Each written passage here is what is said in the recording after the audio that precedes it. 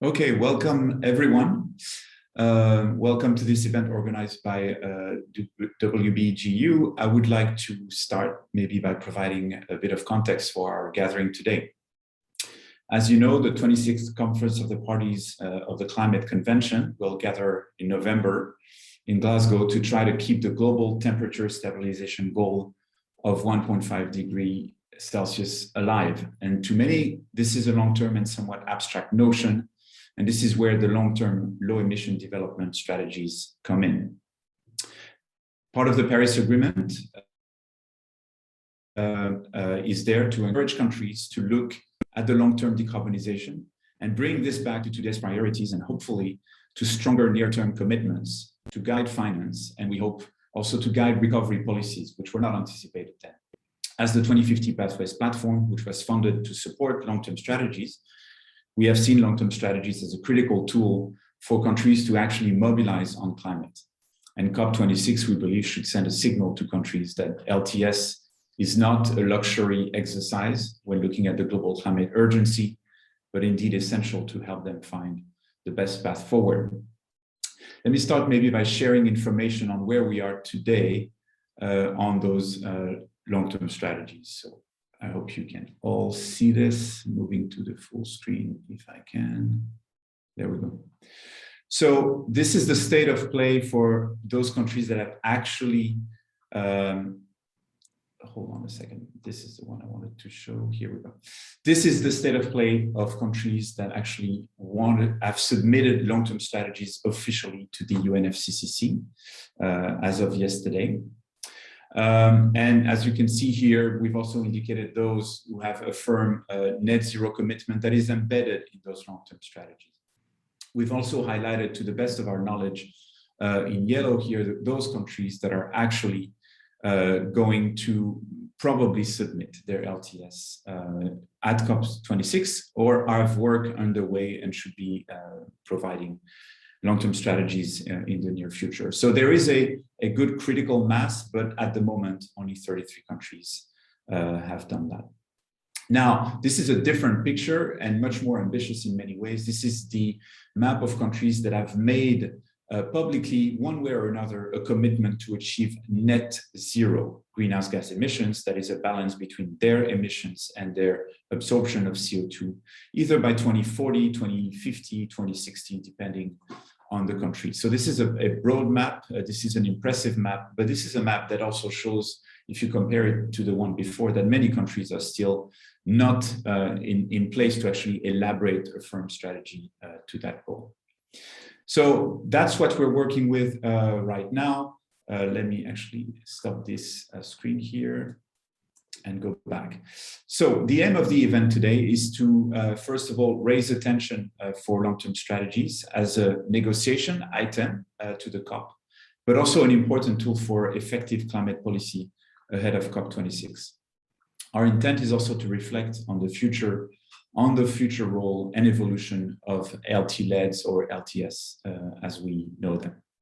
Now, this event is convened by the German Advisory Council on Global Change, WBGU, in Berlin, which was set up as an independent scientific advisory body in 1992 in the run-up to the UN Rio Earth Summit.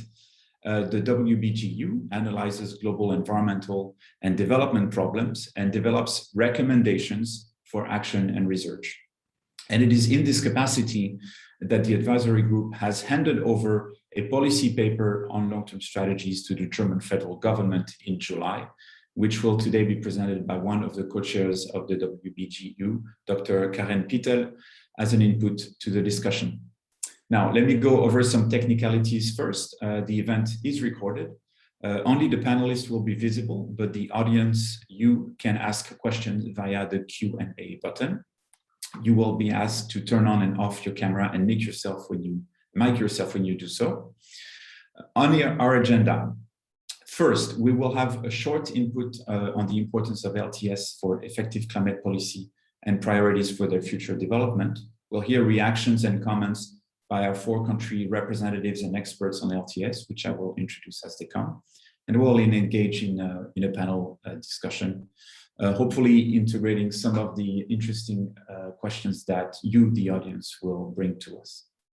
Now, before we start, I'd like to run a mini survey because we'd like to know more about participants. We have set up a one-question survey to find out which sector you belong to, which will be shown to you now. So if the control room can do this for us. Yes, here we go. So I'm asking you to actually click on one of those, single choice, please, and I'll present the result immediately afterwards. So go ahead, do this, and we'll hear more about us all.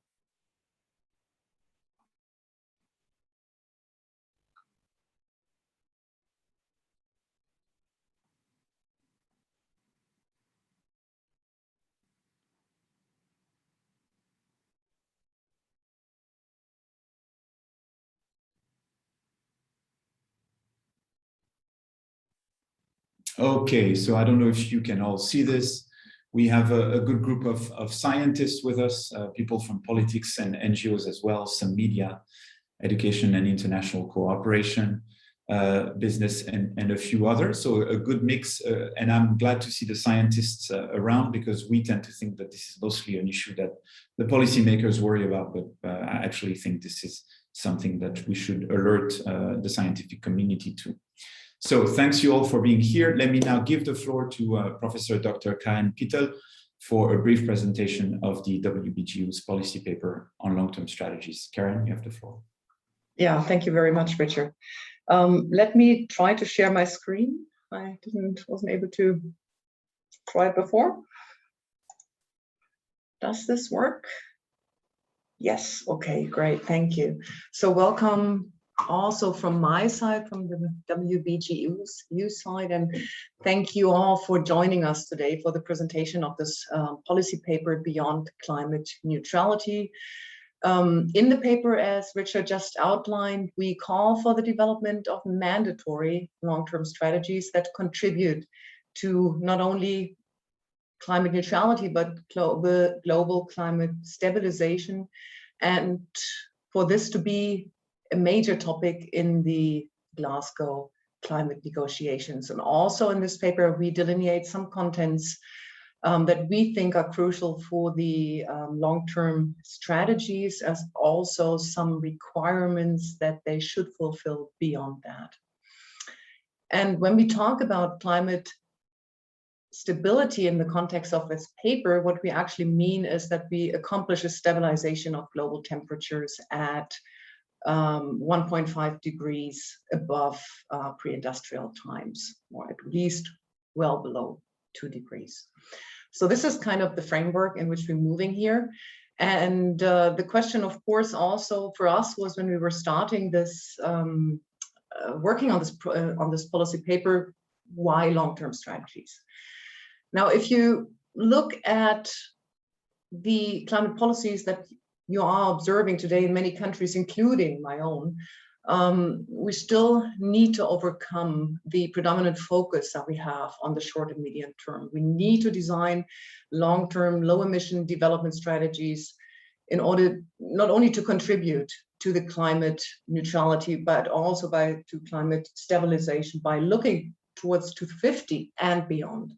And why? Because we need policy needs, citizens need, and companies as well as scientists need this long-term outlook to be able to implement far more ambitious NDC, but also to develop the required technologies, to have the incentives, to raise the necessary funds, but also, especially important in this year, to design COVID-19 stimulus packages that are aligned with these long-term targets. Now, if you look at we don't see the graph yet. But the one thing, to add is actually that we call for the long-term strategies, but we also acknowledge that it won't be possible to kind of design it now and keep to exactly the same version forever. If you're planning 30 plus years in the future, so of course, there's a lot of subject to uncertainty. This concerns the transformation of the energy system, the economic system, societal systems on a national scale, on a global scale. So we're convinced that the review process should be mandatory and that it has to be implemented to actually avoid new lock-ins. And at the moment, we have just seen from Richard's slide that climate policy or climate targets are getting stronger. Climate neutrality is, or there has been some pledge to climate neutrality by more than 100 countries now. And while this target in itself is of course challenging, and the way to reaching is not clear for most countries yet, we still start to look ahead. Mostly the focus so far is really on national targets. So nationally we want to reach climate neutrality, but we often lose focus that it's not us only that matters. It's the entire globe. It's almost all nations that have to reach climate neutrality. But there's a second prerequisite for climate stabilization that should always be kept in mind, and that is that in order to reach the climate goals, our climate models show that we need to go beyond climate neutrality and actually reach the negative emissions. And this is why our paper, as we will see a little later, also points out that we require to develop the options for permanent CO2 removal from the atmosphere already today. So we have to plan really far ahead. One of the issues why we need the long-term strategies. Now, we need to design not only the long-term strategies, but also then going back to the national determined contributions and to the other intermediate targets that go beyond the NDCs to design them accordingly. And that means, among other things, to actually avoid holding on to what is often labeled as bridge technologies for too long, or to avoid technological lock-ins with respect to infrastructure, for example. Or also what we observe a lot at the moment is the desire to use CO2 storage potentials already today in order to offset emissions that are really avoidable. Now, our report actually identifies 3 topical priorities for the long-term strategies, but also stresses 4 other conditions that they should actually meet. And let me turn to those. So of course, they have to be geared towards long-term climate stabilization. That's I already said and pointed out. But at the same time, they have to be harmonized with the sustainability goals as they are, for example, laid out in the Sustainable Development Goal agenda. That means that they have to be designed always not only with keeping climate in mind, but always being geared towards synergies and multiple benefits. But that's not all. In order for the long-term strategies to succeed, they also have to always consider the international context. So they have to be able, or they have to acknowledge the impact that they have on other countries. They have to consider to support the development as well as innovation on the basis of multilateral partnerships. And finally, they also have to, or they should actually improve planning security for policy, for firms, but also for citizens through some stable and long-term regulation that should be outlined already in the long-term strategy. It can't be with detail, but the primary instruments and their primary usage should be kind of committed to for longer periods.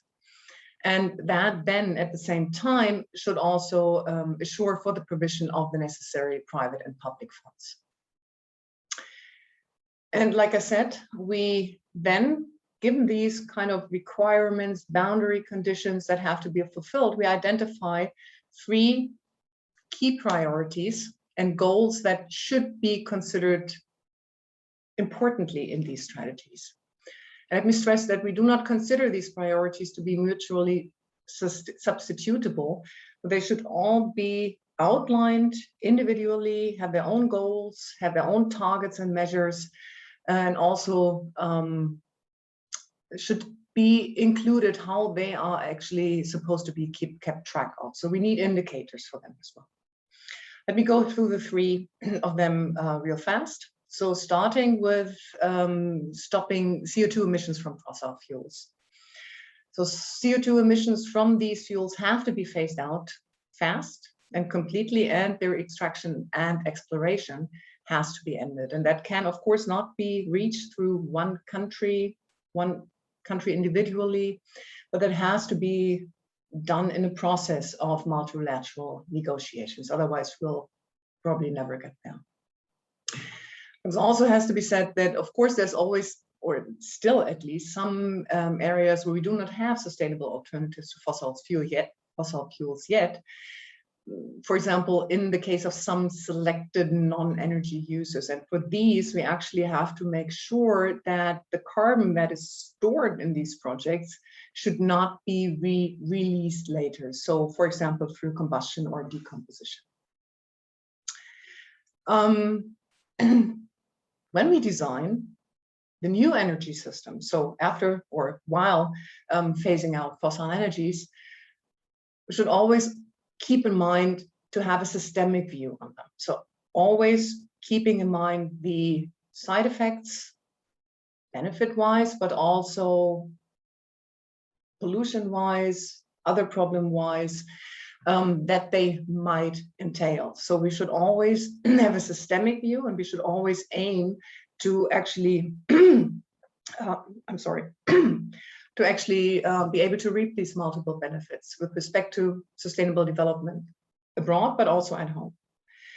That basically means, in a more broader perspective, that these new energy systems and their design, the policies that are developed, have to keep in mind all the other types of externalities that might arise due to their development. So if you have new resource strategies, keep in mind that you also have to curb other type of pollution that might actually be either old or new due to the new technologies that I'm using. There can be pollution, but that could also be, for example, in the case of new technologies, new energy technologies, that you aim to use land sustainably and not too intensively. Secondly, one more point.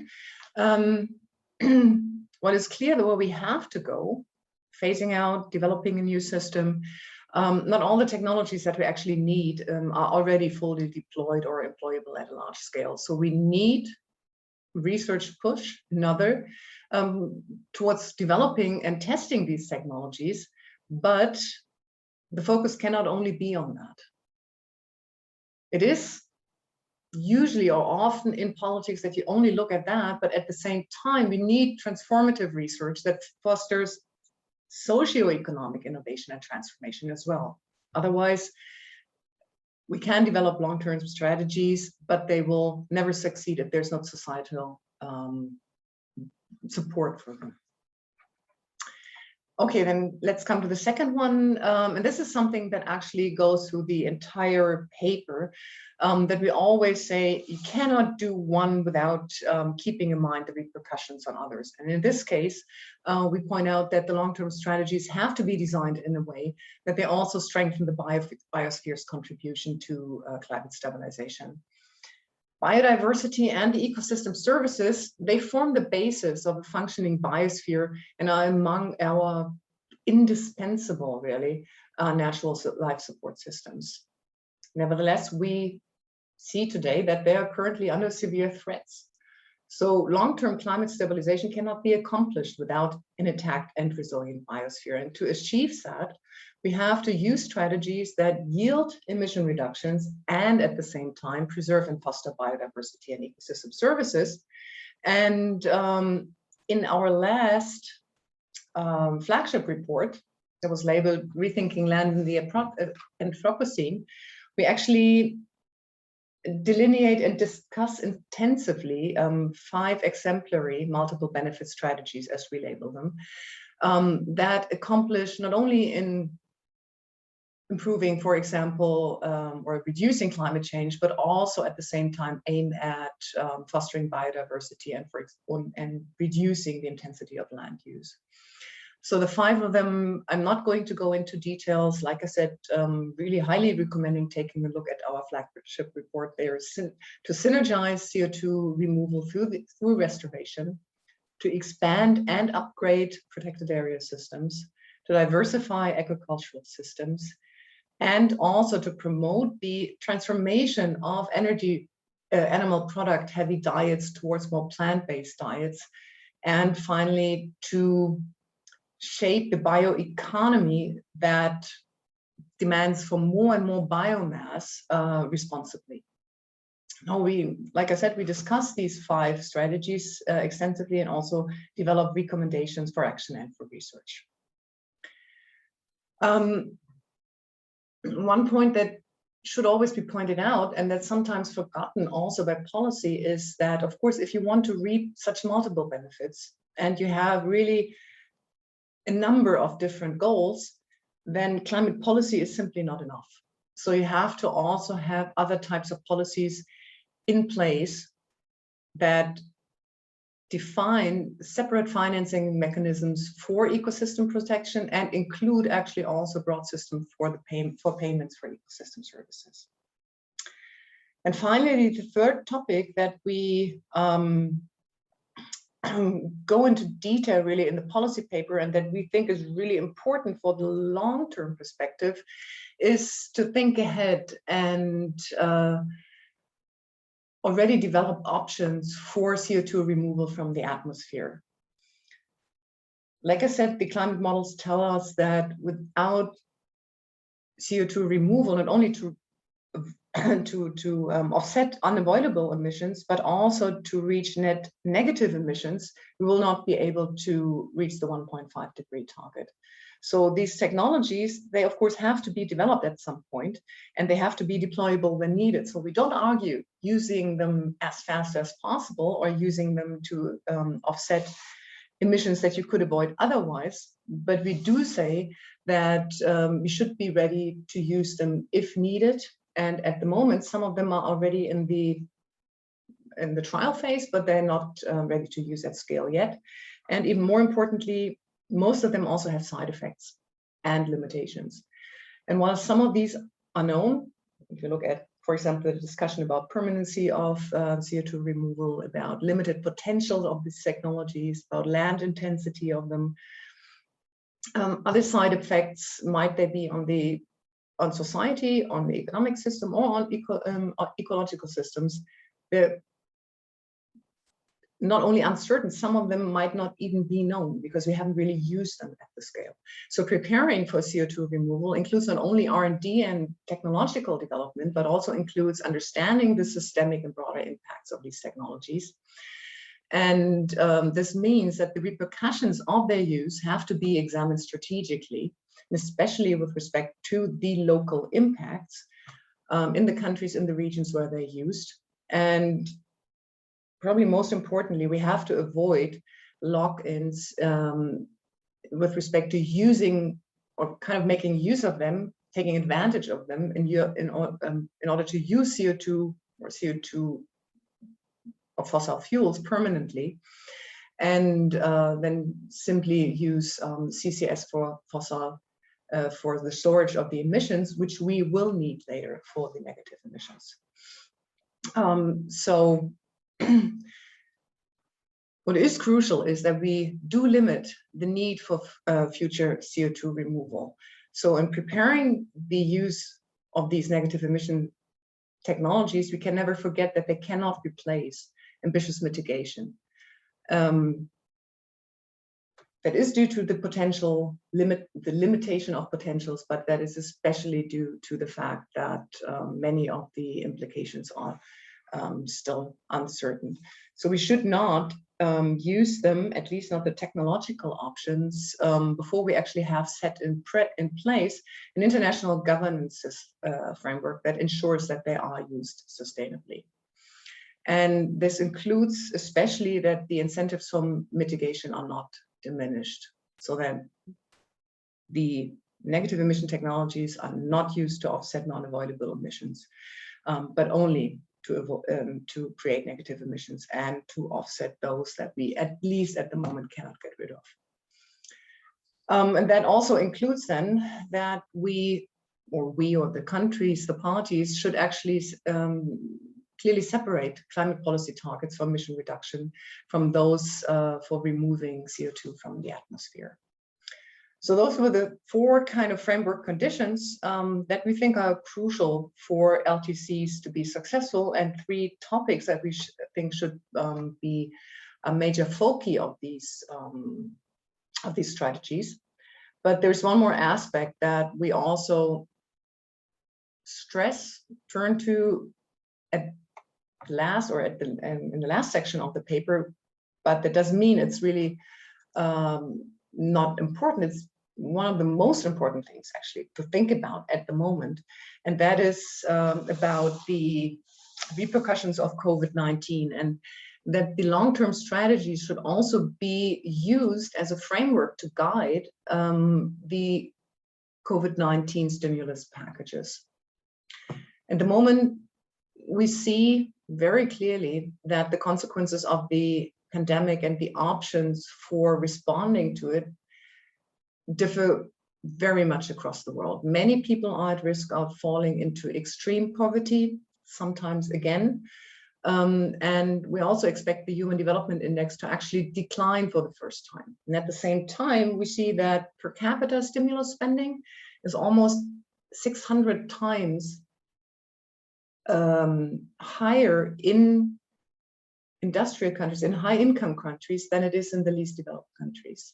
So there's a desperate need to support developing and especially low-income countries via multilateral cooperation to take the global challenges from climate change, from biodiversity protection, and COVID-19, to tackle all 3 in an inclusive manner and leave nobody behind.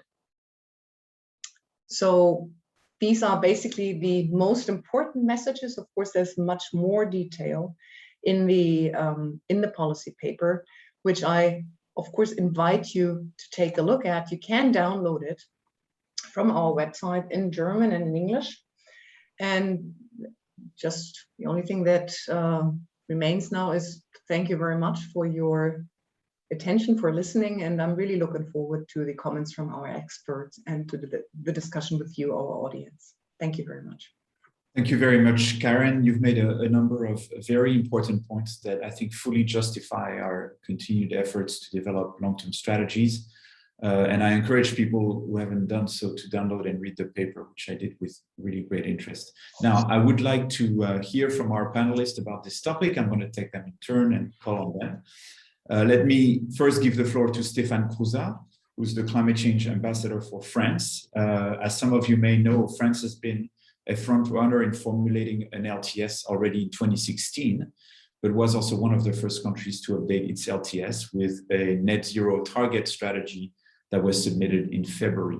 Stéphane, you have the floor for 5-6 minutes. Thank you.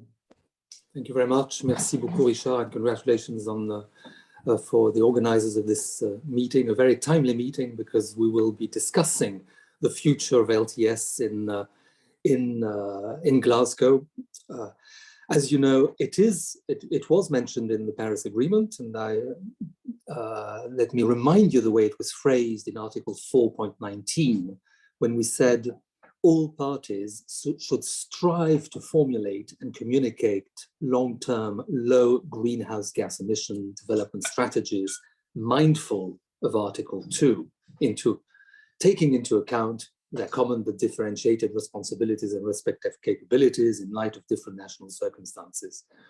So it is something that France, as president of COP21, was very keen to introduce in the Paris Agreement, and we were very pleased that it was the case. Even though it's not compulsory, as you can see, it is only a strong encouragement from as it is written in the document to all parties. So why, first of all, why are LTS so important in our view? Well,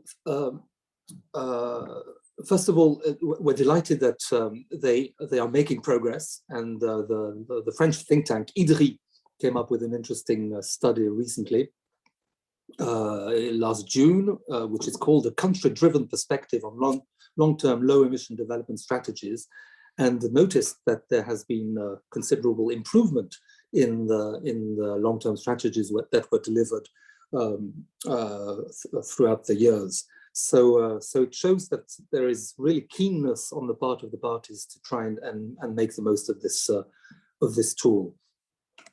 And we also realized that doing a long-term strategy is not just climate policy. It really seeps through a whole global development policy.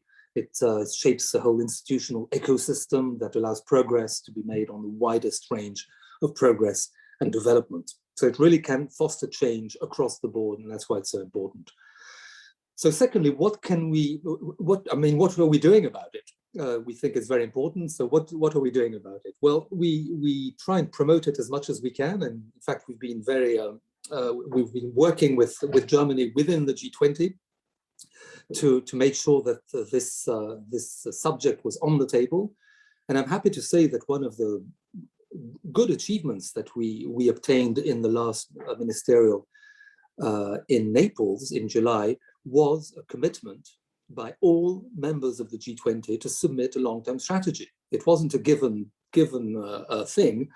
And here again, I'd like to read out exactly what was said and what was adopted in the communique by all G20 members. We all said, we urge all members, i.e. we urge ourselves, to formulate such long-term strategies that set out pathways consistent to achieve balance between anthropogenic emissions by sources and removal by sinks and a resilient future as soon as possible, and strive to do so no later than COP26.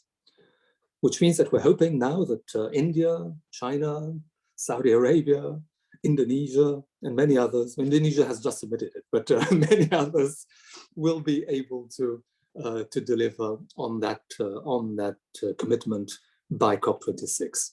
And of course, within the EU, we also are working to have a set position of the EU for COP26, and France has been instrumental in making sure, and hopefully we will obtain it, that the EU will be at the forefront of asking for a decision at COP26 on the matter. So quickly, the third point would be, what would we want to see inside a COP or a CMA decision at Glasgow? Well, such a decision should have several objectives. The first one would be to spur domestic planning and long-term regulation capacities dedicated to decision-making on climate and low-carbon resilient development policies. Secondly, we would encourage international collaboration and support to maximize the national and international benefits of long-term strategies. And that would echo what we've been doing as France for several years now with our Facilité 2050. AFD has significant funding to help vulnerable countries to develop their long-term strategies, and we're helping out 30 of them at the moment. Then the third thing we would like to see in the COP decision would be to encourage the increase in number of parties that submit their LDCs, encouraging them, those that have not yet submitted, to do so as soon as possible, to stimulate revisions. As Richard mentioned, we submitted one in 2016, but we revised it in early 2021 ourselves. And we would sort of ensuring that they remain living documents consistent with the objectives of the Paris Agreement. And then fourthly, we'd also like to anchor the LTS in a broader ambition mechanism in the context of the global stocktake. Really the LTS should feed in to the debate of the global stocktake. The next one will be in 2023. So the schedule is really well geared for that. And especially by better highlighting the role of LTS, what role they could play in the NDC's updating process. So we have a coherent linkage between the LT pathway and the NDC's objective. And then finally, it would be good to request the Secretariat to produce a synthesis report identifying good practices and lessons learned. So I'll keep it at that for the moment and look forward to the questions. Thanks. Thank you very much, Stefan. And I wanted to repeat what you were saying on the G20 countries, because indeed, I think we're missing Brazil, China, India, Russian Federation, Saudi Arabia, and Turkey. And there are other fast-growing economies out there that we're looking forward to seeing their plans. We work with Nigeria. Vietnam is another country that could have rapidly growing emissions and contributing very severely to the global carbon budget if they don't take actions. So we will come back on some of the themes that you've identified also on the LTS decision in the final panel. So let me now turn to Agrippina Jenkins-Porras, who's an advisor to the Climate Change Office in Costa Rica. We're very glad to have you. It's very early on in Costa Rica now. Let me add that Costa Rica actually communicated an LTS to the UNFCCC in 2019 with one of the first net zero target for 2050, which actually informed the recently updated nationally determined contribution with its 2030 emission target. Agrippina, you have the floor.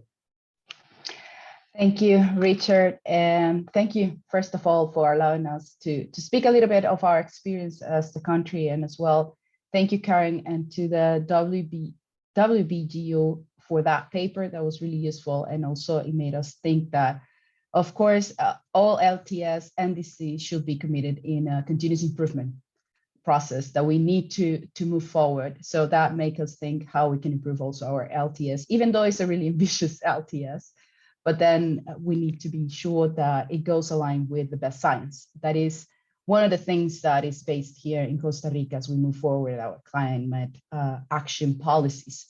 So just to mention a little bit, not only what was the process, but more on what has allowed us the LTS here in the country to move forward.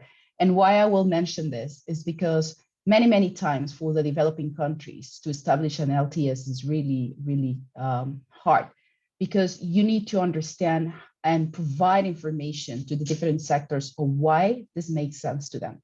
Because there's still sectors that think that this is an environment issue, even though without the environment and a healthy environment, you cannot produce anything. But there's still that lack of knowledge or to understand. And most of the times what we have seen, for example, in the private sector, many times it has to do with the understanding of why this is an important issue. So for us, it was a whole process of sitting down with sectors. Our NDC in 2015 is an economy-wide target. Therefore, we already have those type of conversations started before the Paris Agreement to establish our NDC. Therefore, when we tried to talk about the decarbonization plan, of course, the first thing was, why are you making a policy that goes to 2050? When we have many troubles or problems right now or issues that need to be resolved. Of course, this was a different world. This was before the COVID-19 pandemic. Therefore, the conversations were a little bit different, if I may say so. But then after we hold this process and we have really long hours of negotiations with the sectors, we achieve to have the LTS. It's not a perfect document, we always say that, but it's the document that make us move forward. Again, as NDCs, many countries didn't know how to make them, so we put forward what we could do at the moment. But of course, Costa Rica has always said that we need to move very forward in ambition with climate change. But not only on this, on different subjects. We have also been talking about human rights for many years. And we have to change a lot of our laws when we were talking about that. But then again, with environment, we are moving forward as well. So on the LTS, after we have it, and now there's something that was the first question that we, as the people that made the LTS, also have, is what are the economic benefits of this? So we start working not only on a cost analysis and benefits analysis that we already put forward with the support of the IDB. And of course, I wanna also highlight the support of 2050 Pathways on the way that we were making the LTS in 2019. But that is already published and it showcased that it will bring more benefits to the country than it will be of the cost. And I think that is really important. If anybody's listening and want to do the LTS or doing the LTS, that is key, because that will provide the private sector also and the public sector an understanding that this is the new economy, that we need to transform the economy. And why am I saying this? I'm not saying because of the climate, because for many, many people, still, unfortunately, they will not understand unless you talk about business. And you need to provide information on how this makes sense. And if it has more cost to your country on doing this, then of course we need to understand that this is the way forward. It will be a cost, of course. We're talking about the transformation of the whole economy worldwide. Therefore, we'll have costs, but there are also co-benefits. The paper also talks about health and how the co-benefits also goes with the SDGs. That is really important, that we do not only see one of the boxes. We're talking here about whole transformation. Again, I'm going to say this word many times, but we need to talk about this and how we need to see how it benefits biodiversity, or how we avoid making our hospital more full because of air pollution. They are all interlinkage. So that for us was really important. I know we have a little bit of time, so I'm going to move a little bit more forward on my points. But one thing that I wanted to highlight, it has to do with implementation. So right now we're starting the first phase of implementation here in the country. It's not been easy in the middle of a pandemic.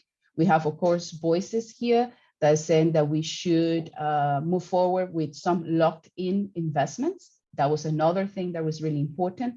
For example, for our Ministry of Foreign Trade, to understand why the locked-in was, it is really keen. That also helped us to bring them to the table, and other private sector saying, yes, maybe for the time right now, you can use a transition technology or energy. But then if we look back as a developing country, how are we going to take out in 20 years and said to the public, we invest many, many millions of dollars on this, but now we need to let it go and move forward with a different technology. That is not going to be keen. And also it doesn't make a lot of sense if you talk from the investment part.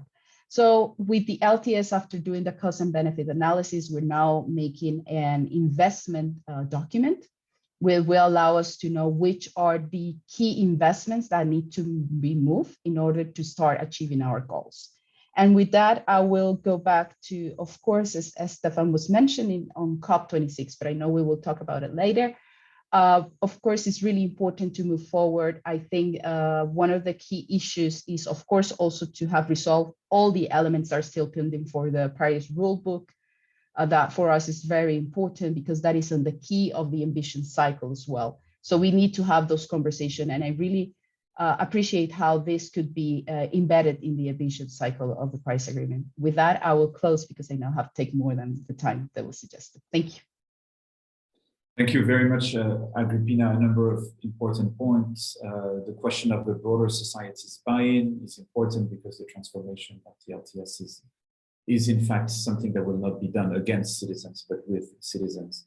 Also, Stéphane indicated earlier the French Development Agency's 2015 facility. I wanted to add that Costa Rica scientists are now providing South-South technical assistance to other countries. We see it in Peru, Chile, Argentina, on this matter of long-term planning. So I wanted to stress that. In that spirit, let me now give the floor to Javier Mendoza, who is the national coordinator of the long-term strategy 2050 in Colombia. Colombia is currently preparing, I hope finalizing its LT-led and envisioning significant contributions from both decarbonization and the biosphere. So the role for the LTS in international climate governance and biodiversity conversation is also there.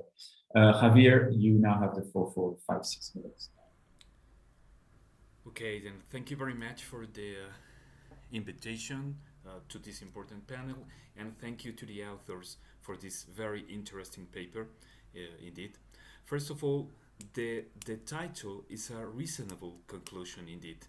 A good and effective management and policy of the climate change requires long-term strategies, because to have a good planning of our activities over a landscape, we need to set goals and visions not only for a few years in the future, but also decades to the future. Perhaps this is one of the main challenges for our countries in Latin America especially, where management times are accomplished to political times. In all cases, presidential periods, for instance, are not superior to 6 years.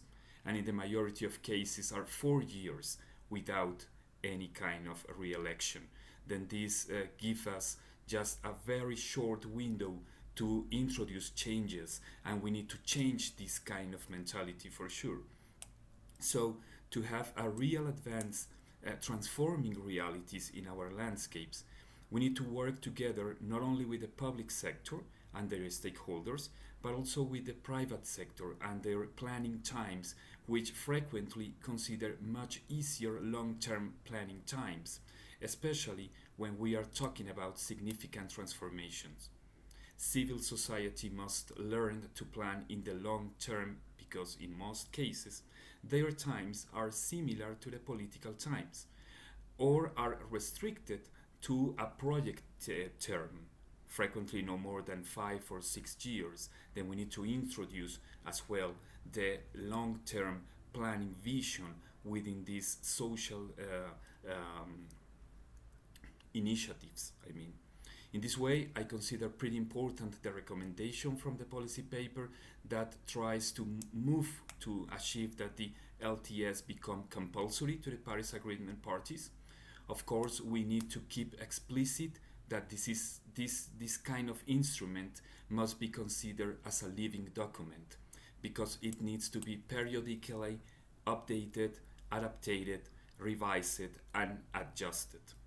Perhaps the key issue here is not to set a mandatory specific goals or targets for sectors, because the complexity and the uncertainty are high, but the LTS must establish the main purpose for a nation, for instance, become carbon neutral and climate resilience in 2050.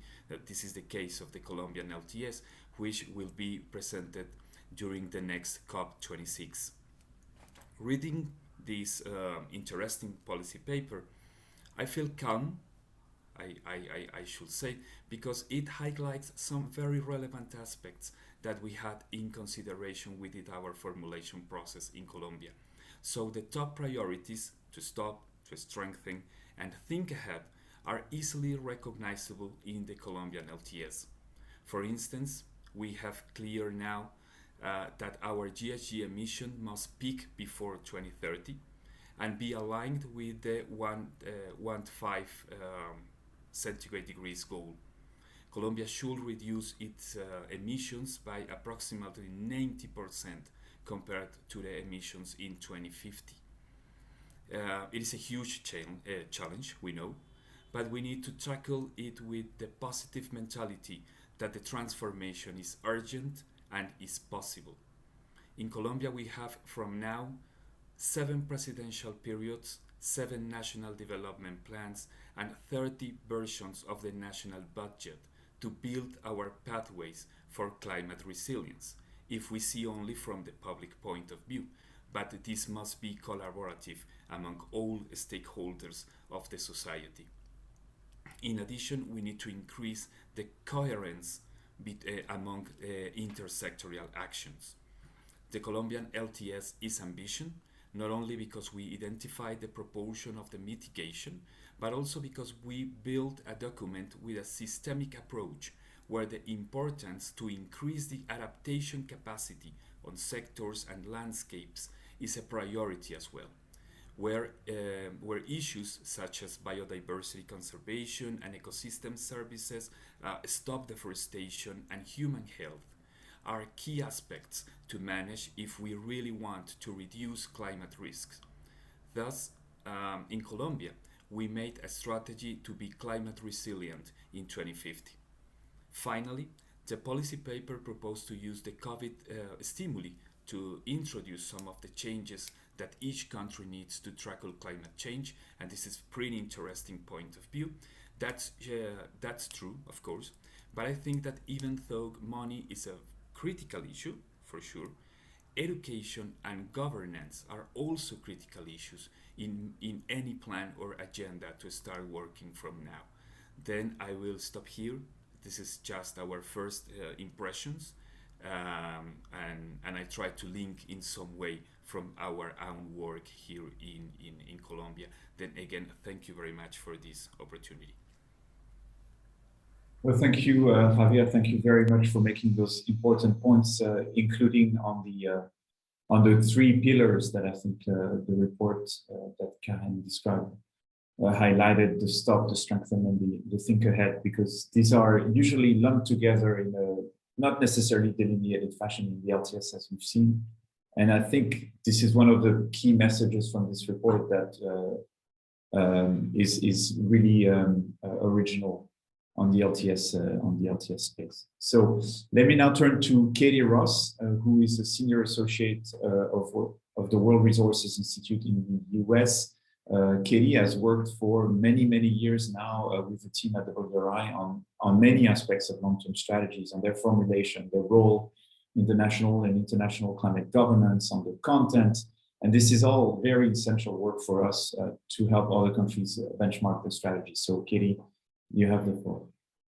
Thank you so much, Rashad, and thank you to the WBGU for the kind invitation and the paper. And I just wanted to underscore how much I enjoyed the presentations today. I think my points are really complementary to what others have said. And I think it's worthwhile just underscoring a few points, coming at it a bit from the outside. As Rashad was saying, WRI has been working on long-term strategies with countries and partners pretty much since the Paris Agreement was adopted, and really sort of tracking progress, looking at how these strategies are changing over time and seeing how countries are progressing. And it's an incredibly encouraging picture. And this is a very valuable conversation to be having as we lead into this important COP. So I just wanted to pick up on 4 points, I think, that were prompted for me from reading this paper and also from listening to our discussion today. The first point is that the science is very clear on where the mid-century goal needs to be. And that's net zero GHG emissions, or the so-called climate neutrality. And we know that meeting this 1.5 degrees Celsius goal is going to require significant and unprecedented changes across all sectors of the economy, across all gases, both a significant focus on the CO2 element, but also the non-CO2 climate forces as well. And, this net in the net zero is something that we're really going to have to increasingly define and work out. It's very much linked to the nature-based solutions agenda. It's very linked to the protection of the biosphere, as Karen was mentioning. And these things probably need to come a lot closer together in the future. The second point, which the other panelists have also underscored, is really about innovation and planning. And what's incredibly unique about long-term strategies is that we're moving into a process where we're bringing together climate and sustainable development agendas together to create this new story for a country. And this is what's going to give life to the concept of the Paris Agreement. It's climate change action done in the context of sustainable development and efforts to eradicate poverty. And, maybe this doesn't sound terribly innovative, but it really, really is. And from our perspective, I think long-term strategies are about shifting this conversation. So instead of just coming at these strategies from a purely GHG mitigation perspective, and I think Javier and Agrippina, you underscored this really nicely, it's also a means to answer other questions, such as how are we going to ensure better lives for people? How do we improve clean energy access? How are we going to facilitate a just and equitable transition? How do we design these processes in a way that engages people that may have been overlooked in the past in these sort of long-term planning documents? So we think that this is an agenda that keeps people at the center. It's a positive discussion. It's a transformative discussion. It's about a growth discussion. And what I'm particularly encouraged by is how frank the strategies are becoming that are particularly have been recently submitted about this need for innovation and planning, and also about the significant challenges that lie ahead. Countries are really grappling with this quite openly in their strategies about the significant financial, technical, or societal changes that lie ahead, and starting to have these open conversations about it.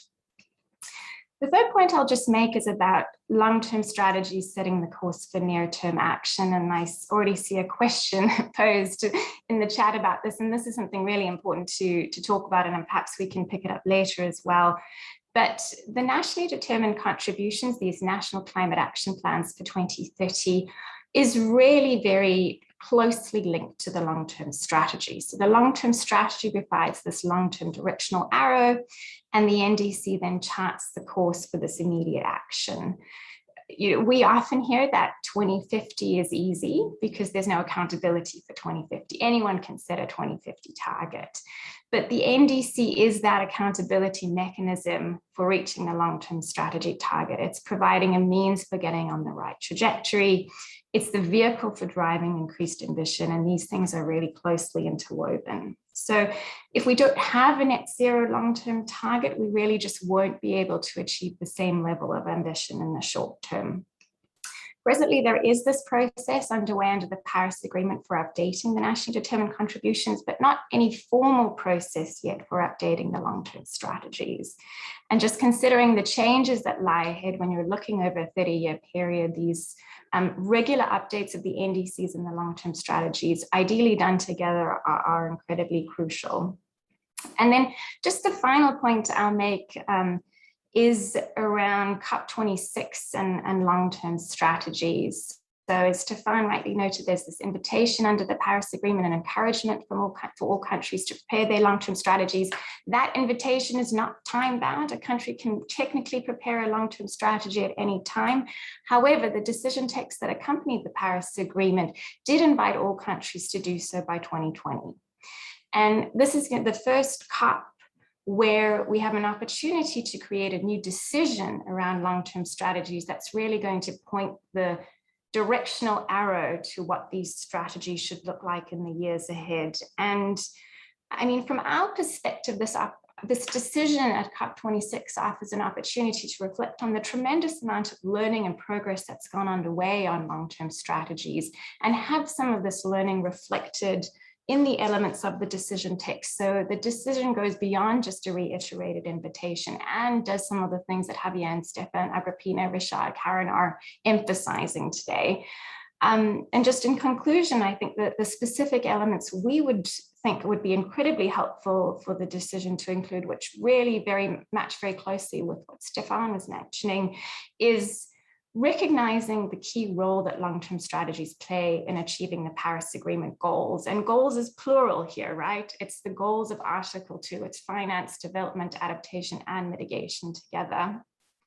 We'd love to see continued progress on long-term strategies. Significant progress already, but only 33 countries, or 33 parties rather, have submitted their strategies to the UNFCCC. So we still do have a bit of a way to go on these. An emphasis on continuous improvement of these strategies. You know, these strategies need to be updated over time, ideally informed by global developments such as the latest available science, the global stocktake, national developments, technology improvements, better modeling estimates. Importantly, in underscoring the links with the nationally determined contributions, there are these intimate connections that need to be embraced with the more flexible and voluntary long-term strategies, providing that vision to guide short-term targets, decisions, and policies. And then wrapping this all up, it is about continued international collaboration. If there's anything that initiatives such as the 2050 Pathways platform, such as our work, watching countries collaborate on this, we really see the tremendous value in this collaboration. This is a pretty new exercise for countries. Best practice sharing, lessons sharing has been incredibly valuable over the last 5 years, and would recommend that strongly continued. And just because some countries are grappling with these difficult issues around developing and implementing strategies, I think it also points to the need for further financial and technical assistance to help these countries both develop robust strategies, revise them over time, and also implement them. So with that, I'll stop, and I'm really looking forward to our conversation. Thank you very much, Katie. Thank you for the points you've made. I picked a couple of ones that are important, but all of them were. And this notion that we have to look at other priorities in that same context and not just climate mitigation and adaptation. I think we've shown and I've observed that countries manage to do that through the process by which they elaborate those strategies. The strategies cannot be like a compendium of all those measures because to repeat SDGs efforts, but by having the stakeholders that are carrying those issues forward, you can actually manage this in the best possible fashion. I know it's been the case, Javier has mentioned it, Agrippina in Costa Rica have engaged different parts of the governments in the LTS, and he was also front and center of the approach that France has taken for this. On the question of near-term action and accountability, I would go a little further. There is, in fact, we all know this, criticism out there on LTS for being the long term and not actually linking back enough to near-term action. The WR report points this out, and I think this is going to be an obsession on our end to ensure that this shows the path forwards. And maybe it's a negative list that needs to come out of those LTS, but something that indicates to governments and for those who are relying on international funding, that certain things should not be done anymore, given what the LTS indicates. But let me stop here. I'd like to give Karen 2 minutes to react to what you heard, and then we'll go for the full panel. We only have 29 minutes left, so I encourage you to be brief, and I'll throw questions at you from there. Go ahead, Karen.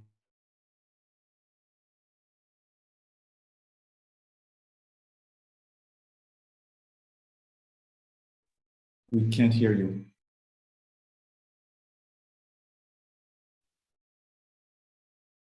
Can you hear me now?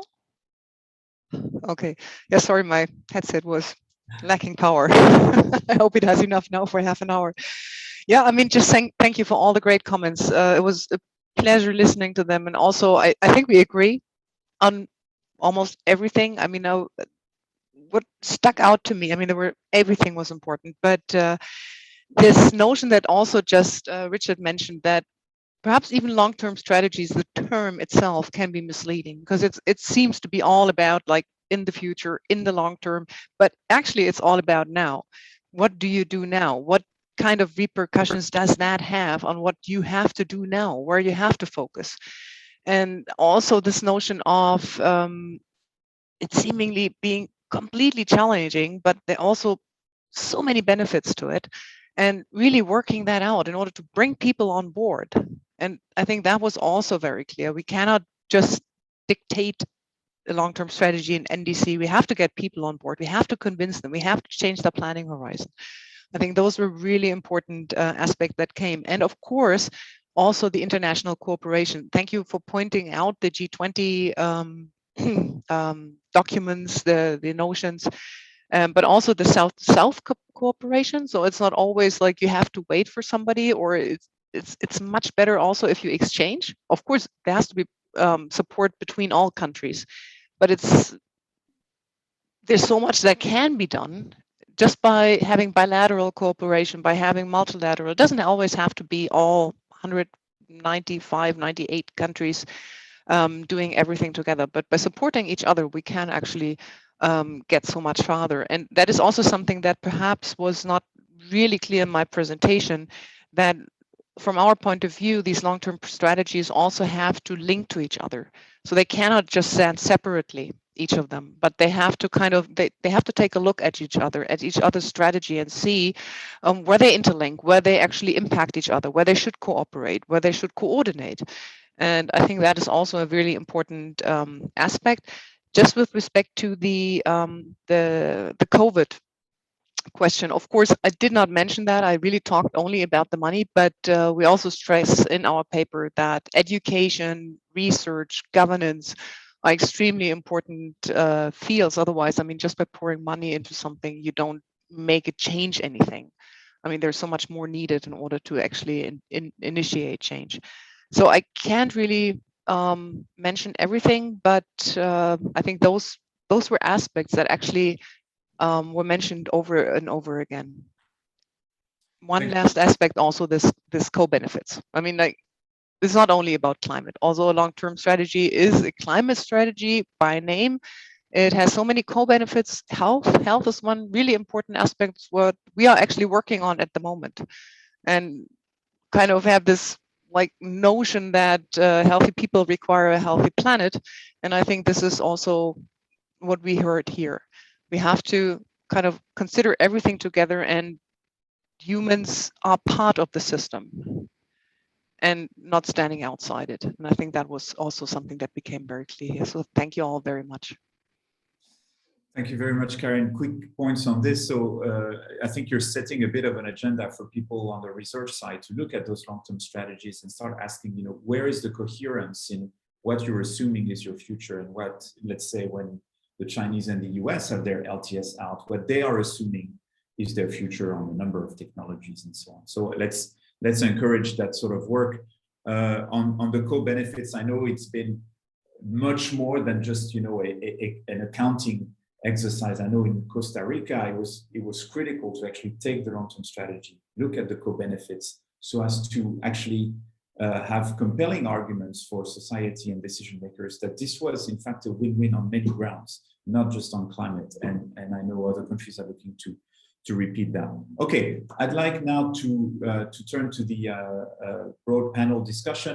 We have that question from Thomas Novak, which I think Katie started answering, but I'd like to turn to something slightly different that relates to how collectively we're going to approach LTS in the COP26 decision. And I don't want to put countries, because you're not speaking as your countries now, but I'd like to ask from you what you think are the pros and cons if there were to be a decision to make this a mandatory exercise. I have strong opinions on that. I will not tell them, but I'd very much like to hear, you know, from you, because that might help us formulate a view on those issues. So if that's okay, I'd like to take you in the same order as before. So can I ask Stefan if you could share your views on that? Thank you. Thank you, Richard. I think it's almost a moot question, because you know, I mentioned the way it was phrased in the Paris Agreement, and it's not at random that it was phrased in that way. There was no consensus then to make it mandatory, and there's no way we're going to have a consensus to make it mandatory at COP26. I mean, there will be pushback from major economies that are not interested in being told that they absolutely must have a long-term strategy. So, so an easy way out of my of that question for me is to say that it probably won't. It really won't. It won't come up to that. So maybe we can try and you know, and think of what else we can have in the decision. Thank you, Stefan. Can I now turn to Agrippina, please? Sure, thank you. I will say that the advantage has to do with having a clear message to the general public that this is not just a one-time shot. And it is because for the general public, NDCs does not translate well. And also when you have an NDC synthesis report that is saying that we are still not doing enough, then to have the LTS can send a message, and as well it can tell the public that, oh, they are trying to move forward with the targets, and even can be translated as they're not taking into account the action now, which is really one of the cons. On the con side, I would say that there are elements of the Paris rulebook that can take a lot of energy, and they have to take a lot of energy from the negotiation side and the political side. So I will say we need to secure that as well. So, and as being part of the Costa Rican delegation before Paris, so we definitely understand that a lot of things can happen in the COP, and they can move forward, and it doesn't have to be stuck just because of what is going on with Article 6 or with transparency. But I think it also provides a momentum in saying we will put it forward. But then, of course, there's the question of those major economies or major emitters that haven't put forward an enhanced, an updated, and a well-designed NDC. So I think there's a lot of debate there. That will be my first reaction. Thank you. So two more diplomatic approaches to this issue, but are very important to realize what fights can we fight in this debate. Can I ask Javier and then Katie to comment on more? Okay, then Richard. From a personal point of view, I only see the pros, because as I mentioned before, if you want to solve a problem, not to make friends, you need to have a long-term planning. This is compulsory. Then we cannot focus on the opponents. I mean, we don't that groups or stakeholders that even now do not want any kind of compromises. No, we need to start real hard work, of course. It's a huge challenge, but we need to encourage all the different stakeholders, especially from the private sector and the social and the civil society, to promote these kind of changes. And I think the seed is already there, and you can see many movements from private companies and many other actors within this huge play. I mean, then I think is time to be a little bit more strong in try to have strong commitments to try to again solve a problem. Thank you very much, Javier, for that perspective. And something is starting to shape up here. Katie, can you pick it up? And then Karen, please. Katie. Sure.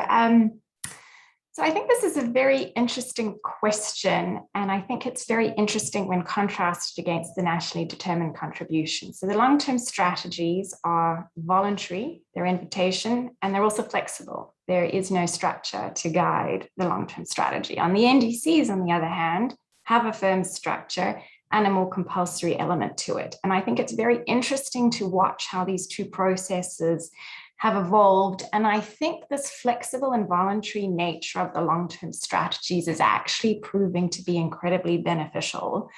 And I'll say that just having worked in Africa, in South Africa, on the NDC process, and with a number of other African countries in the NDC process, and how many external consultants were flown in, 3 months before the NDC was submitted, quickly prepared, lack of stakeholder consultation in many places.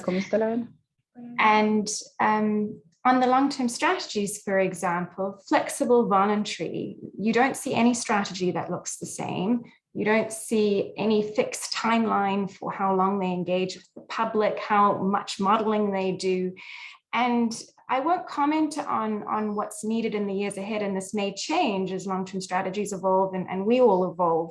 But I do think this flexible and voluntary nature means that in most countries, these long-term strategies have been developed fully in light of national priorities, very much with government ownership.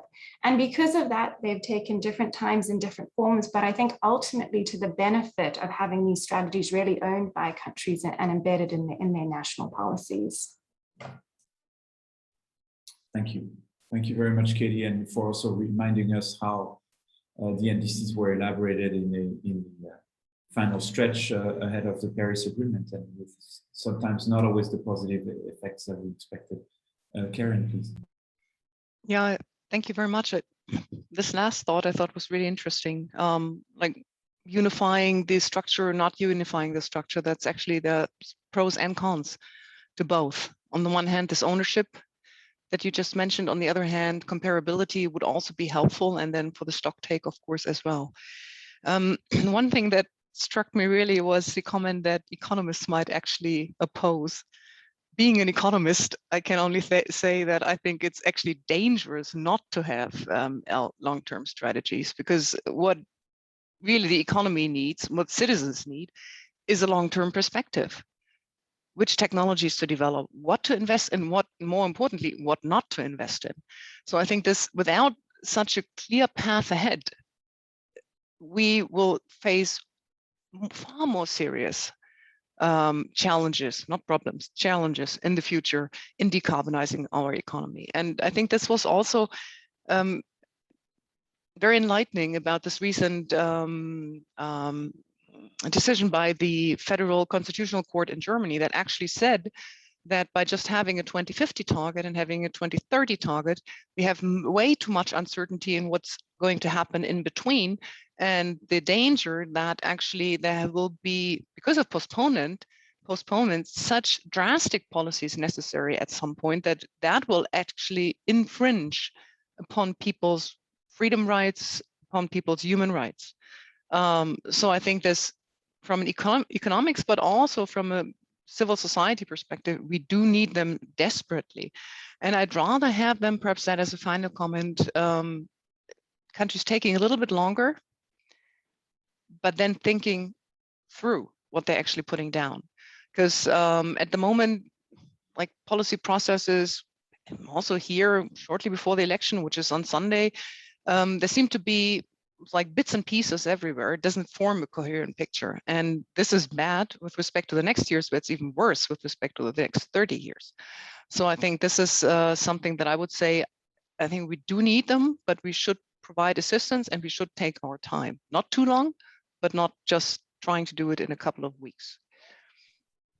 Thank you very much. If I can maybe stress one thing is I think the fact that the point you made is a good media hook. It's dangerous not to have long-term strategies, but I think it calls on a different question of, is this something that countries should spend a lot of time negotiating on, or are certain countries, and that includes those that are on the donor side, ready to say, we are committing to actually support countries in doing this exercise? And I think that's more important than having a fight over whether they are going to be made mandatory. I think maybe to pick up a little bit on what Katie was saying, and I don't want, of course, to undermine the very good points that Javier was making. It's not a luxury good, but if we are getting into the trap of agreeing on guidelines, agreeing on specific formats, we are running the risk of turning this into a box ticking exercise in countries. And I think that's the last thing we want. We want countries to understand why it is important for them. But you know, I'm not the panelist, I'm just a moderator. I would only like to say that this has been a very rich discussion. I don't know if you want to come back to that. Now, I'd like, maybe we have like maybe 12 minutes left to ask more a question around the international side of this. So I heard the report talking about, you know, figure out what's happening at the border as you want to take this long-term strategy work.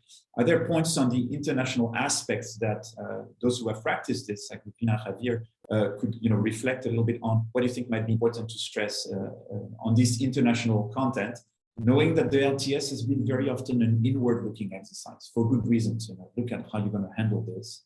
Now, there's a world out there. How do you incorporate that into your reflections in the next phases? So maybe start with Agripina, Javier, and then Stefan, Katie, and Karen. Agripina, please. Thank you.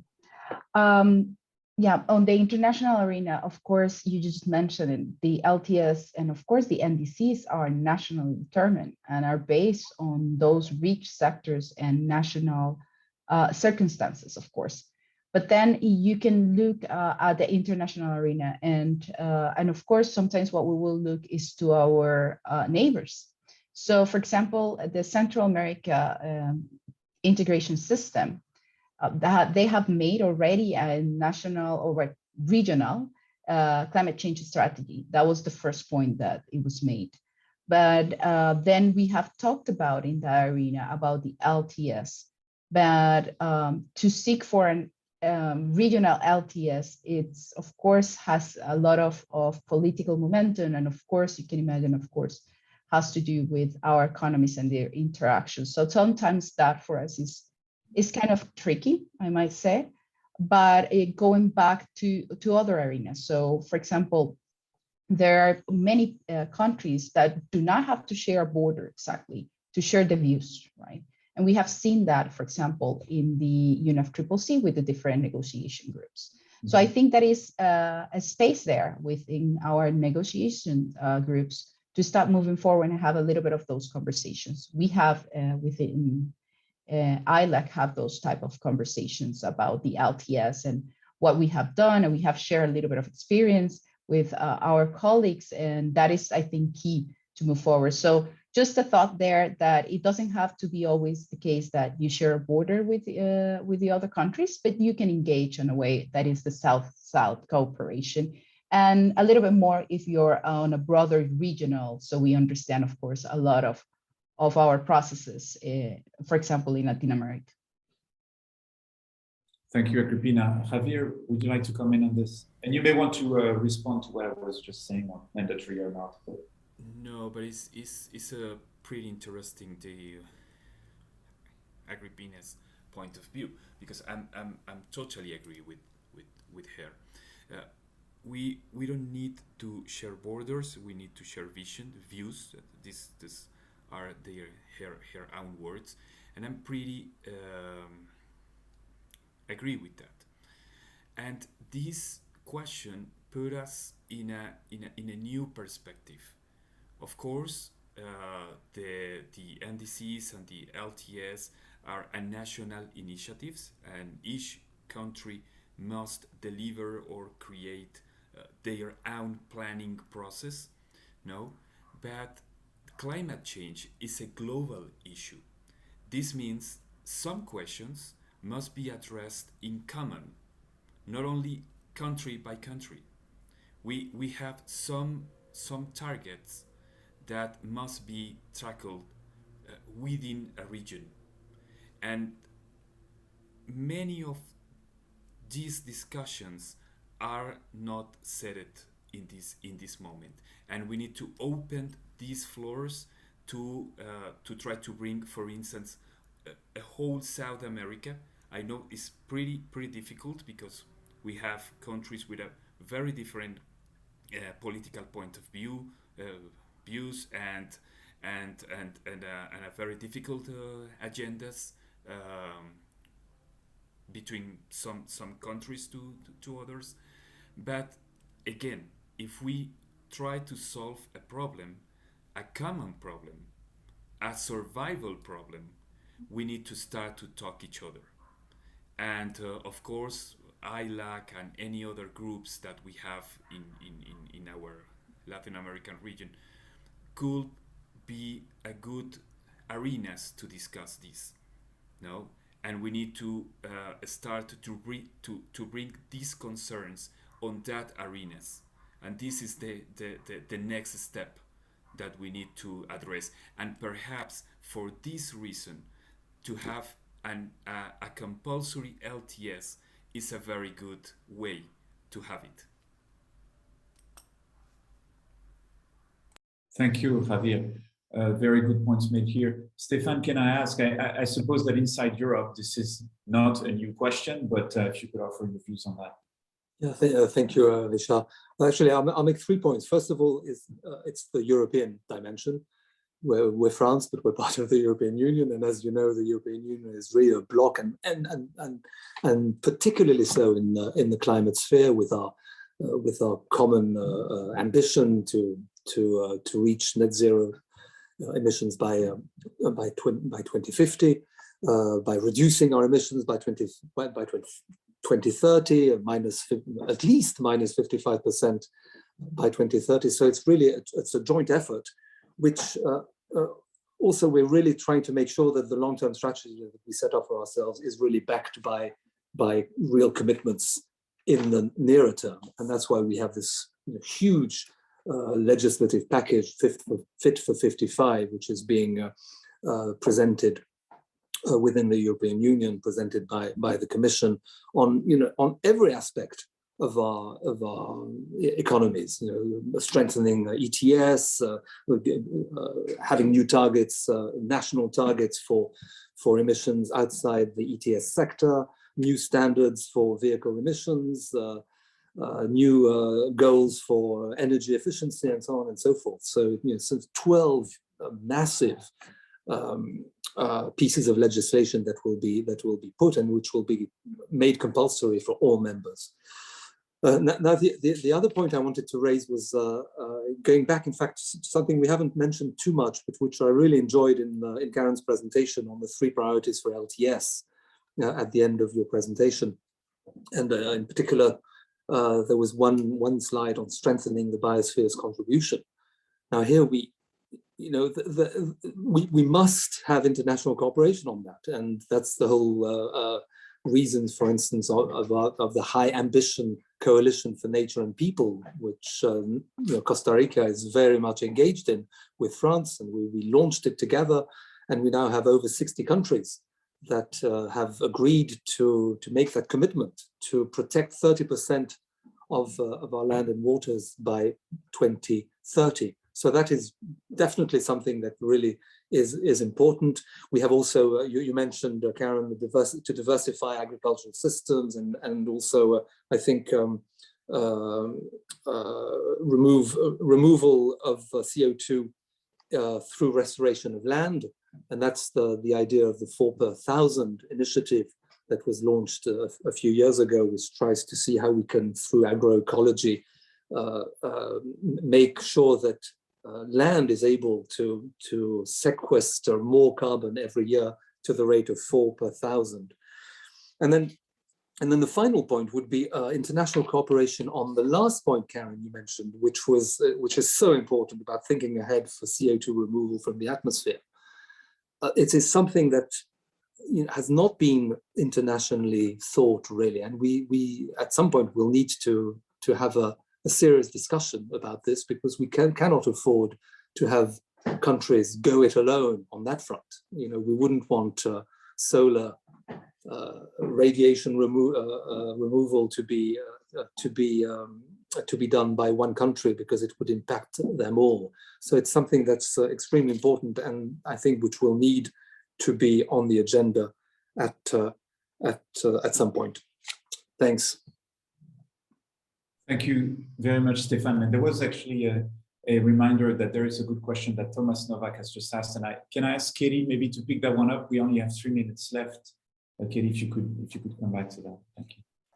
Thank you. And I'll probably just underscore something I said earlier, in that we should be seeing these processes along a continuum, where the net zero target for 2050, the long-term strategy planning instrument that goes through 2050, not in a vacuum, but really as a means to guide near-term implementation and the NDCs. And the sequencing between NDCs and long-term strategies has been interesting. The first NDCs were communicated in 2015, the first long-term strategies communicated in 2020. So we really haven't been able to see these linkages purposefully, I suppose, by design yet. However, I think of the NDCs that have been communicated in this last round, many reference the important links to the long-term strategy, the fact that they're guided by a long-term target or a net zero target. And I think these intimate connections are going to be much more prominent as countries finalize their NDCs for this round, and particularly for the 2025 submission, where ideally both processes will be well joined and aligned. Thank you very much. I think we're nearing the end of our time. There's a lot to pick up here. I must say that the discussion on mandatory, non-mandatory was very enlightening for me, and it is not the intention of the 2050 Pathways platform, with all its diversity, to take sides on that. I think the international dimension, which I think was very aptly stressed by Karen and her colleagues' report, is also an important dimension. We hear more and more questions coming from different parts of Africa, by the way, where countries are looking to the decarbonization of their power generation sector and wanted to look at it in a more integrated fashion, and are asking the World Bank to try to help them solve that, because they cannot do it alone, given what it takes to have proper storage and so on and so forth. So this is one element that is important. I think the biosphere protection and how certain countries can do that, other countries don't actually have much of a leeway or the territory that's necessary to do this, is also an element that I think the international community will have to turn its focus on very soon. We see some of the countries with those resources actually being quite precise on the treatment of that question in their LTS, but not necessarily looking at making a global contribution, but making a contribution to their own net zero goal. So those elements, I think, will probably require a massive diplomatic effort, and it will not be easy, but it's one that I think globally seems to be very, very necessary. I think we've reached the end of the time. I wanted to give it, Karen, maybe a final minute. I want to thank everyone, in particular those in the time zones where it's been very hard to do this, and you've been very good. So thank you very much. I've done this before. It's so hard. Very, very much appreciated. And I wanted to thank Jan Ziegmeier and their team for excellent organization of this event. But Karen, you have the last word. Yeah, thank you very much. And thank you all for being here. Thank you, Richard, for guiding us with this discussion so expertly, and also providing your own input as kind of like a sixth panelist. But also thank you to all of our other panelists, Katie, Stefan, Agrippina, Javier. I'm just going through how I see you on my screen. I enjoyed that very much. It was really, really interesting also to see the perspective from another country as well, because I mean, we are internationally focused, but we're still from one country. So this was really helpful to me as well. And to be honest, I wish this would go on for another hour because there's so much else I would like to raise. So thank you all for being here. Thank you also to our audience, to the questions that you asked, and also to, of course, our technological or technical team in the background, Jan, control room, which is actually Benno, and I guess Mario. So thank you to the three of you as well. And to everybody, either a nice afternoon or a hopefully fresh rest of the day, if it's just like 6 o'clock or something like that. So thank you very much, and hopefully see you at an event like that soon. Thank Bye-bye. you. Bye.